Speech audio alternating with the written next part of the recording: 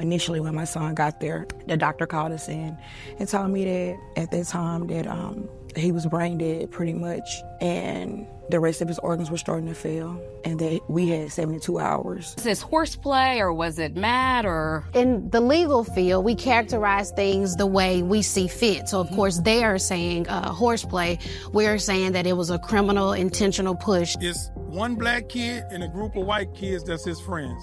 And one of them pushed him. They wanted to red rum that man. She probably went to save his life like, hey, this is getting out of hand. Maybe I should step in and do something. The only thing that I could think of to make her abruptly stop is everybody there watching probably said, no, let him die. And I wouldn't be surprised if they were gleefully enjoying this. It's a matter of opinion. If I'm right, but I'm leaving off for now to go outside.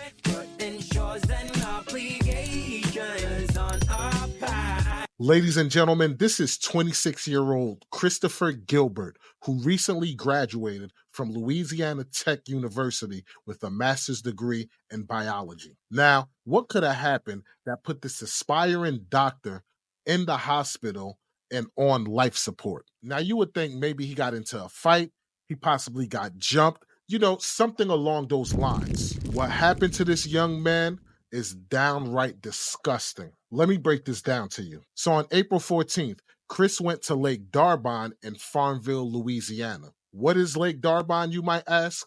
It's a state park. That's where people go camping, they go walking on trails, they do fishing, water skiing, pretty much a various of outdoor activities. So he decided to go to the state park with a few friends, and remind you, this is a place that he goes to often. Now, the mother, Yolanda George, said that everybody in the community, everybody that work at the establishments, know that Chris can't swim. Oftentimes made jokes about how he can't swim. So while he's out with his friends, they decide to push Chris into the water, knowing that he can't swim. Everybody knows he can't swim.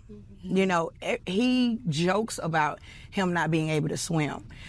Even when we went to the restaurant, the owner of the restaurant even stated, everybody knows Chris can't swim. He's been coming here for 2 years. He always joking about it. I got to have on a life jacket, because they say he would come there and go canoeing sometime, and he will always have on a life jacket. So everybody knows. If you look at some of the posts, you can see anybody that know him from elementary to middle school, Chris can't swim. So they decide to push Chris into the water, watch him fight for his life, and eventually he gets submerged underwater.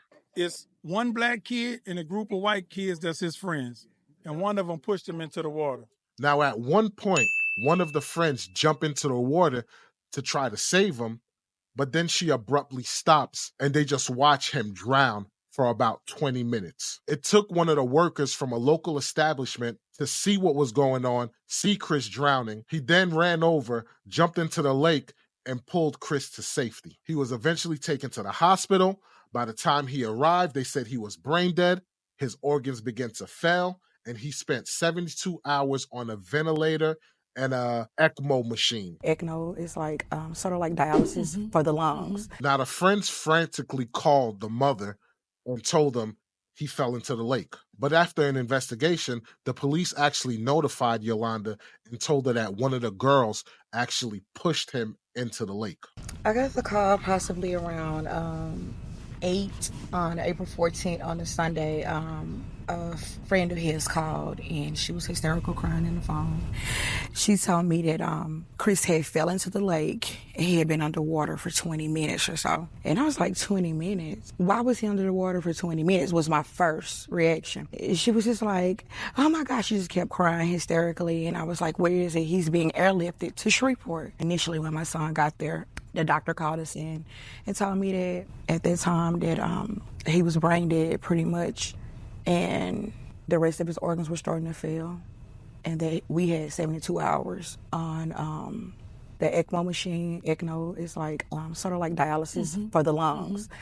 And they had to put him on a ventilator. Now we've seen a video where one of the friends in this group attempted to go into the water briefly, but neither one of the individuals a part of that friend group were the ones to retrieve him from the actual water. Okay. Why in the world would you see this man drowning, attempt to go help him, and then abruptly stop from going to help him as you're looking at this man drown. In my opinion, they wanted to red rum that man. She probably went to save his life like, hey, this is getting out of hand. Maybe I should step in and do something. The only thing that I could think of to make her abruptly stop is everybody there watching probably said, no, let him drown. Let him die. Do nothing. Let's sit here and watch this individual drown, fight for his life. And I wouldn't be surprised if they were gleefully enjoying this, watching a man suffer, see the life being sucked out of this man right before his eyes. My son is aspiring to be a medical doctor. My son is,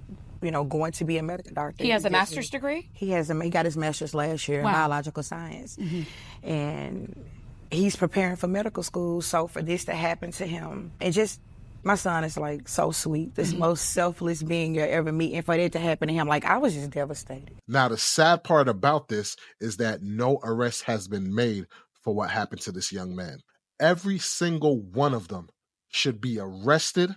They all should be facing charges for attempt of murder. And I don't know if they lied to the police or not, but it seemed like they all stuck to their story. And it took the police to call the mother and say, hey, your son was actually pushed. The young lady who pushed my son, who admitted to me in the family waiting area that night at the hospital, because their friend group came to the hospital, still telling me the same fabricated story that he fell.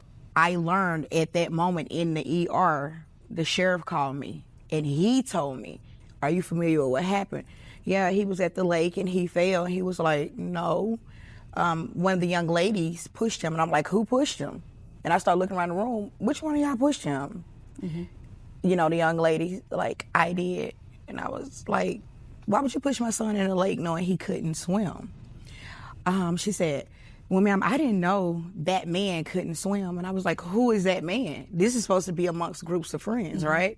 Who is that man? Chris. Now, I have to believe that they lied to the police officer, because they sure enough stuck to their guns of saying that he fell into the lake.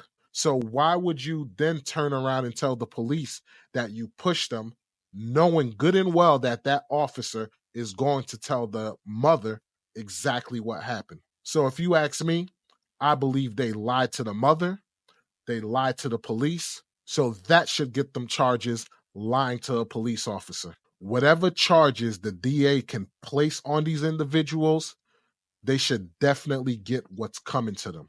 I mean, was it jealousy? Was it envy?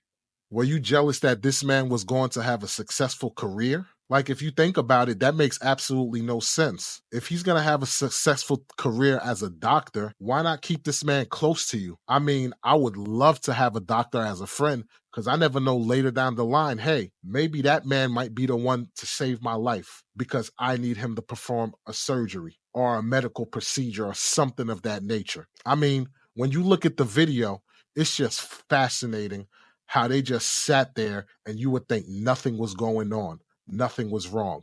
And as nonchalant as they were. I mean, just think about it. If there wasn't a camera on the premises, it would have been their word against his word and probably the bystanders there.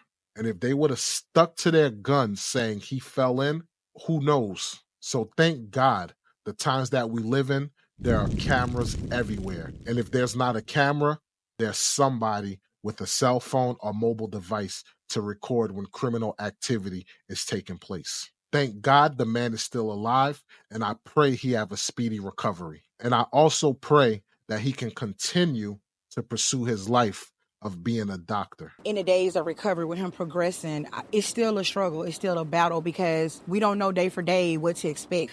And I just want his quality of life to be restored. I don't want my son to have to suffer from something that was not his fault totally.